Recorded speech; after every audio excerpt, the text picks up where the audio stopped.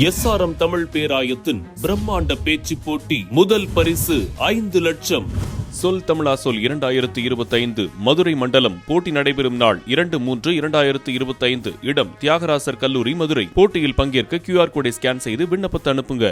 தமிழக அரசு மாணவர்களை வஞ்சிப்பதை நிறுத்திவிட்டு புதிய கல்விக் கொள்கையை ஏற்றுக்கொள்ள முன்வர வேண்டும் என மத்திய இணையமைச்சர் எல் முருகன் தெரிவித்துள்ளார். சென்னை விமான நிலையத்தில் மத்திய இணையமைச்சர் எல் முருகன் செய்தியாளர்களை சந்தித்து பேசினார். அப்போது 3வது மொழி படிப்பதன் மூலம் சர்வதேச அளவில் மாணவர்களை போட்டிகளுக்கு தயார்படுத்த முடியும் என தெரிவித்தார். மேலும் கல்வியிலும் மாணவர்கள் முன்னேற்றத்திலும் அரசியல் செய்வதை திமுக நிறுத்த வேண்டும் எனவும் கூறினார். அதோடு தமிழகத்தில் உள்ள அரசு பள்ளிகளில் முறையான ஆசிரியர்கள் நியமிக்கப்பட்டு பாடங்கள் கற்றுக் கொடுக்கப்பட வேண்டும் என தான் நினைப்பதாக அவர் குறிப்பிட்டார். இந்த புதிய தேசிய கல்விக் கொள்கையினுடைய மிக முக்கிய நோக்கம்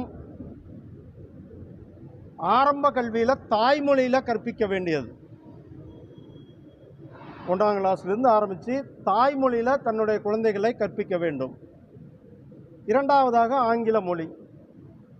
3ஆவதாக அந்த மாணவர் அல்லது பெற்றோர்கள் எந்த மொழியை விரும்புகிறார்களோ அந்த மொழியை கற்றுக்கொள்ளலாம். ஆனால் இங்கே தமிழ்நாட்டில் என்ன, மொத்தமாக மக்களை ஏமாற்றுகின்ற செயலை செய்து கொண்டிருக்கிறார்கள். இன்றைக்கு தமிழ்நாட்டினுடைய கல்வியினுடைய திட்டங்களுக்கு இவர்கள் சரியாக மத்திய அரசாங்கத்திற்கு ஒத்துழைப்பு கொடுக்காதனால் கிட்டத்தட்ட 5000 கோடி ரூபாய் தமிழகத்திற்கு வர வேண்டியது நிலுவையில் இருந்து கொண்டிருக்கிறது.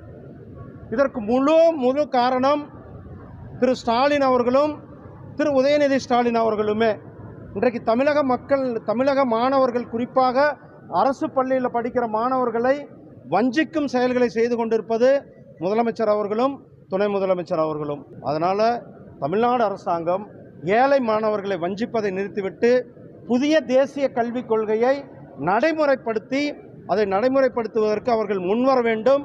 கிட்டத்தட்ட 5000 கோடியை இந்நேரம் பள்ளிகளில் எடுத்து செலவு பண்ணியிருக்க முடியும்.